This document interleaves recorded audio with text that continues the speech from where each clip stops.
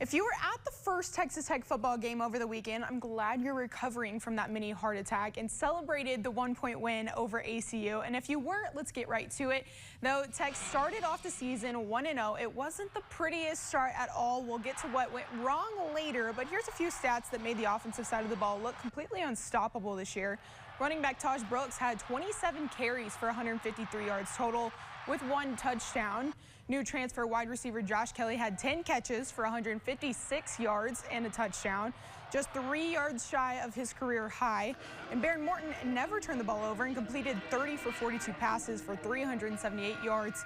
Special teams also showed up big time. Kick returner Dre McCray had 3 returns for 165 yards. It was an awarded by Big 12 Special Teams Player of the Week. There's a thing, you talk about complementary football.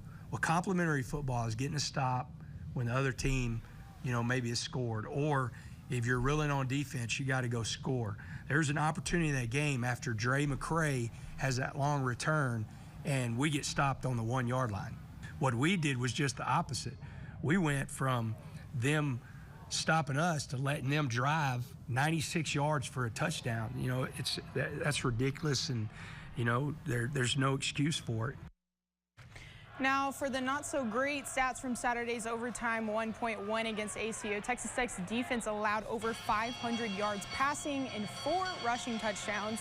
And while Tech led the entire game up until the fourth quarter, ACU scored 2 touchdowns in the fourth to Texas Tech's 2 field goals.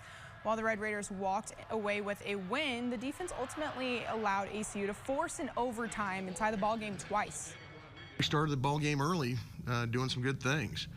Once we got on our heels a little bit, I think some of our newer guys in particular got a little bit rattled, and we've got to do a better job as coaches to get them back in.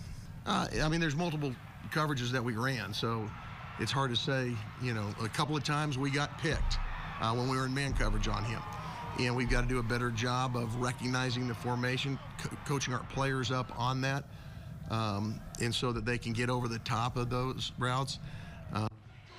Texas Tech football will also be releasing a weekly injury report as the only form of communication on the injury list. And after Saturday's game, linebacker Joseph Adedire will be out for the season with a knee injury. And on the list of questionables for the upcoming game against Washington State is defensive back C.J. Baskerville, running back Taj Brooks, linebacker John Curry, linebacker Harvey Dyson, D-line Quincy Ledet, and DB Braylon Lux. Not so great for any of those guys, especially for the defensive side of the ball, but we'll keep you updated. Texas Tech soccer hosted Oral Roberts yesterday and swept with ease 5-0, and head coach Tom Stone was pleased to not only have Macy Blackburn back, but also pleased with Peyton Parsons yesterday, who had 2 of those 5 goals. This has always been Peyton's talent level. She's always been a special player, but this is the fittest, the sharpest, strongest that she's ever been. And when you mix that in with just experience, this is what a junior version of Peyton Parsons should look like. So she's right on time, right on track. And, to be fair, we lost a lot of goals to graduation. So getting her on the board where she's been, where Z's at, and when Ashley kicks in, it could be a really potent team and tough to stop.